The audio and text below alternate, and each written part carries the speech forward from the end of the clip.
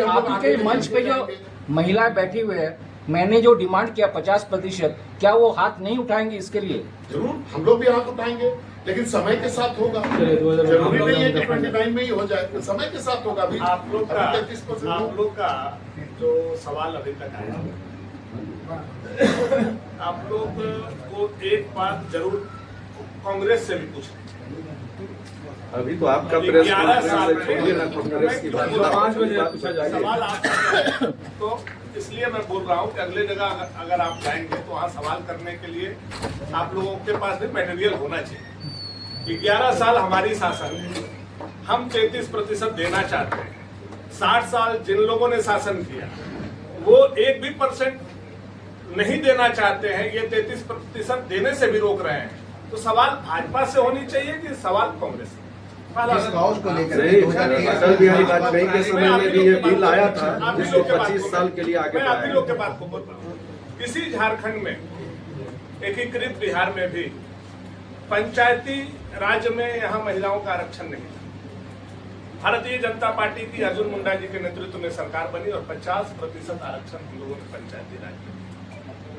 Bharatiya Janata party पूरी तरीके से कमिटेड है महिलाओं के आरक्षण के।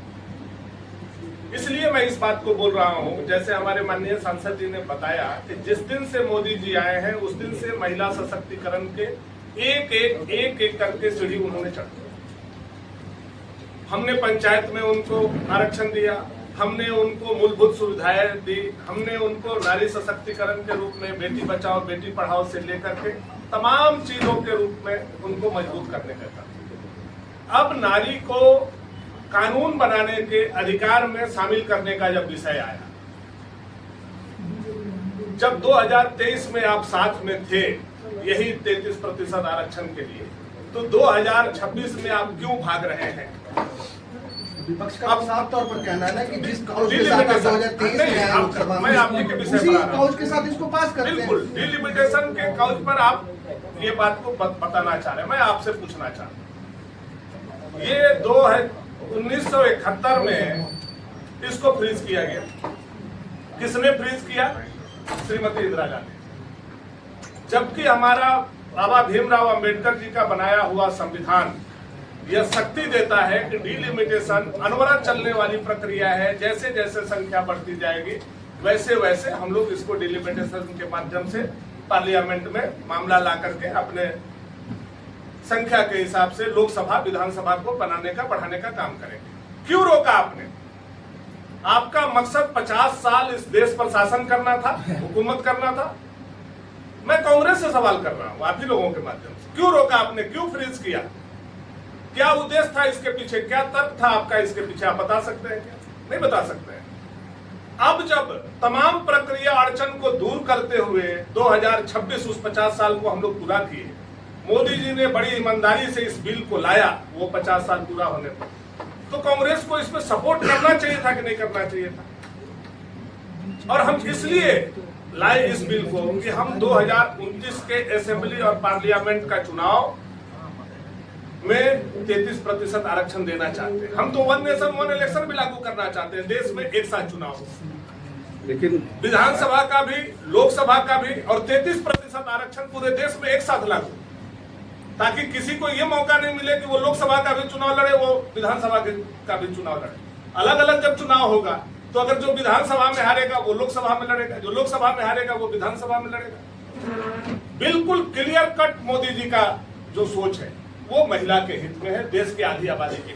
70 करोड़ महिलाओं का हत्या करने का जुर्म अगर आज किसी ने किया है तो कांग्रेस पार्टी ने।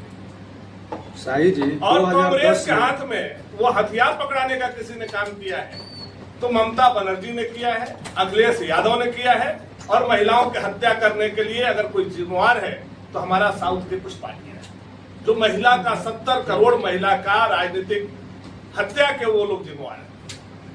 जिस तरह से आपने देखा होगा कि सीता के हरण में शूर्पणखा और रावण का कितना बड़ा योगदान था, उसी तरह से 70 करोड़ हमारी सीता का हरण करने में, उनका राजनीतिक हरण करने में सुर्पनेखा और उनके भाई का कितना बड़ा रावण का रोल रहा है, यह आप लोगों से छुपा हुआ है।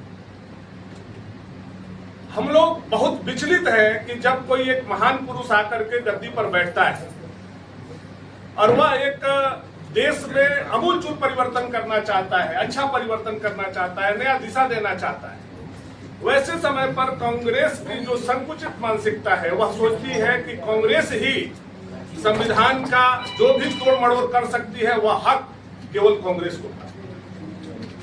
डिलिमिटेशन होगा, सीटें बढ़ेंगी, मोदी जी के गुणगान होगा, ये कांग्रेस नहीं चाहती। लेकिन कांग्रेस दिनों दिन यह काम करके स्वतः अपने समाप्ति की ओर बढ़ रही है। आपने झारखंड का विषय को उठाया, झारखंड के डिलिमिटेशन फ्रीज है, 2006 में ड्यू था, आज 2026 है, 20 सालों से फ्रीज। अगर यहाँ डिलिमिटेशन होता है, जो मानक अनुपात हम माननीय सांसद जी बता रहे थे, उसी अनुपात में हम आगे बढ़ते हैं। हमारा यहाँ जो 81 सीट है वो बढ़ करके 120 से 125 के आसपास हो, उसमें 33% जब महिलाओं का हक मिलेगा तो ये मंच पर बैठी हुई, चाहे हमारी मीरा मुंडा जी हो, चाहे हमारी मछुआ जी हो, चाहे हमारी शुक्ला जी हो, सारे लोगों को अधिकार प्राप्त हो। क्यों नहीं चाहते हैं कल्पना सोरेन जी कि यहाँ डिलिमिटेशन लागू हो? आज हमारे यहाँ बोलती है कि 50% हम लोग रिजर्वेशन के बाद कल्पना जी और प्रियंका जी बोल रही हैं। आज आप देखिए 14 सीट हमारा है, वो अगर जब 21 सीट होगा तो 7 महिलाओं के लिए आरक्षित होगा। 7 महिला कौन बनेगा? 7 महिला में 3 सीट जो होगा वो निश्चित तौर पर जो हमारे शेड्यूल ट्राइब के सीट होंगे उसमें रिजर्वेशन। 3 सीट तो कम से कम कंफर्म होगा कि वहां से हमारी ट्राइबल महिला ही बन करके जाएंगी। आपने उनको मारने का काम किया है, उनके हक को छीनने का काम किया है, और बड़ी बड़ी बात आकर के आसाम से आकर के ये बंटी बबली जाकर के आसाम में घूम, ये बंगाल में घूम रहे हैं और धोखा दे रहे हैं यहाँ के आधी आबादी को। इन लोगों को कोई राइट नहीं है आज के तारीख में बोलने का। मैं केवल इतना बताना चाहता हूं कि आज पूरे देश में गुस्सा है और झारखंड में भी गुस्सा है। भारतीय जनता पार्टी इसको लेकर के कार्यक्रम भी हम लोग चला रहे हैं। अभी हम लोग प्रेस कॉन्फ्रेंस कर रहे हैं। 25 तारीख को हम लोग राज्य स्तर पर पैदल मार्च करेंगे। हजारों हजार की संख्या में हमारी महिला नेत्री, महिला कार्यकर्ता रांची के सड़कों पर उतरेंगे और जन आक्रोश के साथ यह बताने का काम करेंगे कि मोदी जी हम आपके साथ हैं और कांग्रेस के खिलाफ। हम जिलों में जाएंगे और 30 तारीख तक हम मंडलों में भी जाकर के यह पैदल मार्च करके हर एक घर तक यह संदेश पहुंचाएंगे कि मोदी जी ने जो नारी के सम्मान में यह बिल लाया था, कांग्रेस और उसके जो पार्टियां हैं सहयोगी, उन लोगों ने इस बिल को रोकने का कहा। आज झारखंड में आप जिस लोकसभा में हम लोग बैठ करके अपनी बातों को हम लोग रख रहे हैं, आप इसको उठाइए। और आप पत्रकार हैं तो आप लोगों को हम लोगों से भी ज्यादा घूमने का अवसर प्राप्त होता होगा। आप चले जाइए, ये बॉर्डर कहां से शुरू हुआ है, पश्चिम बंगाल से, और कहां तक ये लोकसभा जाता है, रांची के बॉर्डर। ये आपका डेमोग्राफी है। 6 विधानसभा एक लोकसभा में है। अगर इसको चारों तरफ से आप लोग देख लीजिए कि कितने पेरिफेरी में है, तो लगभग 700 किलोमीटर में ये आपका जमशेदपुर लोकसभा है। आप चाईबासा चले जाइए, सरांडा, इतना बड़ा जंगल, दुनिया का सबसे बड़ा जंगल आप बोल सकते हैं उसको, सरांडा।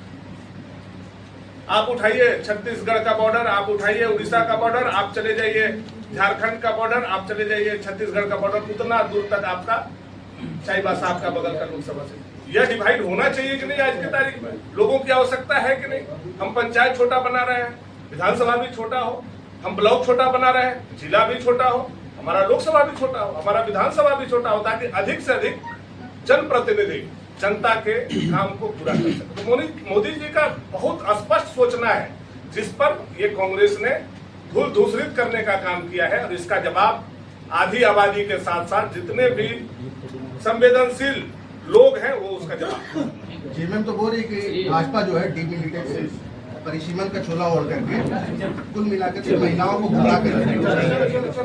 अब उनको बोलने का जब कोई राइट नहीं है, 60 साल आपने शासन किया और 60 साल के शासन में ना आप महिला को अधिकार दिए, हम देने जा रहे थे, आप रोक रहे हैं, आपको सवाल करने का कोई हक नहीं है।